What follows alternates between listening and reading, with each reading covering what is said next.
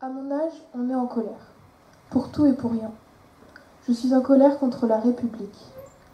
La République ne sait pas s'y prendre avec l'écologie, le racisme, la liberté, l'égalité, l'équité.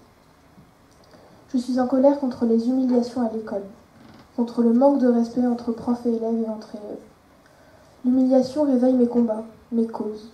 L'humiliation est une expérience personnelle, même banale, qui fait que je vais vouloir la contrer. Pour les causes, je me sens en décalage avec ceux de mon âge, car je me suis intéressée plus tôt que mes amis aux problèmes de la République.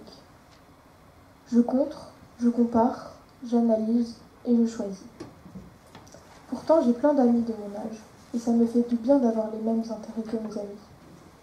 Mais pour les causes que je défends, j'aime parler avec des personnes plus âgées. Elles connaissent la vie.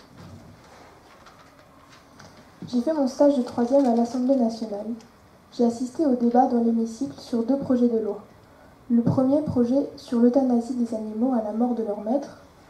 Le second projet est sur les réseaux sociaux. J'ai aussi assisté aux questions gouvernement et j'ai rencontré un député. J'ai été frappée par le décalage entre cette assemblée et la réalité. Les députés jugent des choses qui sont loin d'eux, qu'ils n'ont pas vécues. Et ils ne travaillent pas toujours sur les questions les plus importantes. La question des animaux dont le maître meurt. Moi, j'ai une amie dont la mère vit avec ses 5 enfants dans 2 pièces dans un logement social. Ce décalage existe ailleurs. J'ai vu un documentaire sur le port du voile. Une assemblée d'hommes blancs parle. Comment entendre les sans-voix? Que veut dire représenter le peuple? Comment rester connecté à la réalité des gens? Il existe un pays scandinave où les ministres font leur marché comme tout le monde. Ça ne résout pas tout, mais c'est déjà ça. Je ne suis pas rassurée à l'issue de mon stage. L'Assemblée nationale me paraît loin des réalités quotidiennes. Durant mon stage, je me suis sentie dans une bulle. Une belle bulle, une bulle magnifique, dorée, toujours propre, toujours en paix, avec des moulures, des velours.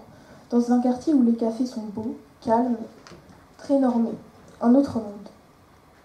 Ce beau décor est un signe de dignité. Faut-il ce décor, ce confort pour honorer la République? Quand ça avait encore du sens de voter des lois, ces beaux lieux avaient du sens. Ces beaux lieux de la République sont notre patrimoine. Mais comment expliquer que la moitié des élèves de ma classe ne savent pas ce que c'est l'Assemblée nationale? Comment expliquer cet éloignement? L'Assemblée nationale est-elle encore notre patrimoine? Est-ce possible d'être élu et de garder les pieds sur terre? C'est mon défi. Représenter en gardant les pieds sur terre. Je veux faire des études de sciences politiques, mais j'ai peur de tomber dans ce milieu, ce confort. Je préfère militer. Je préfère devenir députée européenne ou travailler à l'ONU. La guerre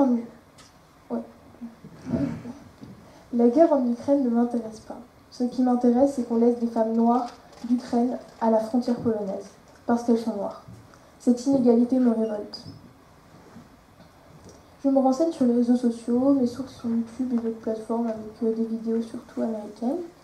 J'ai essayé d'entrer dans un parti, mais finalement je préfère évoluer en solitaire, avec le virtuel.